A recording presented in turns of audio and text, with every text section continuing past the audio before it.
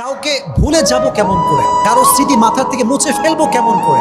একটা হারাম রিলেশন ছিল, ফিরে আসছে। হারাম থেকে ফিরে আসছি হুজুর, বাট যার সাথে আমার হারাম রিলেশন ছিল ফিরে আসার পরে তারে আর ভুলতে পারি না। এটা অনেক জরুরি একটা বিষয়। মাথায় একটা কথা অলওয়েজ রাখবেন, কাউকে যদি ভুলে যেতে চান তাকে যে সম্পূর্ণ ভুলেই যাবেন এটা আগে ভুলে যান। কারণ আমাদের যে brain, this is not like a device. এটা আমাদের heart, this is not like a device যে আপনি একটা ডিলিট অপশনে ক্লিক মারলেন আর অটোমেটিক্যালি ডিলিট হয়ে গেল।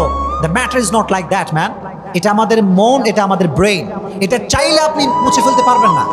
এটা ডিভাইস নয়, এটা কম্পিউটার নয়, এটা ল্যাপটপ নয় যে আপনি ডিলিট বাটনে আপনি ক্লিক করলেন আর অটোমেটিক্যালি সব ডিলিট হয়ে যাবে।